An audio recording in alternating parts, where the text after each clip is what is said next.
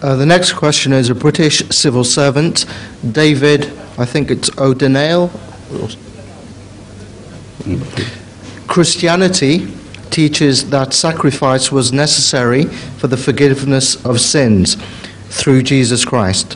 What do Muslims teach and believe? We believe that sacrifice is necessary on the part of the sinner to achieve forgiveness.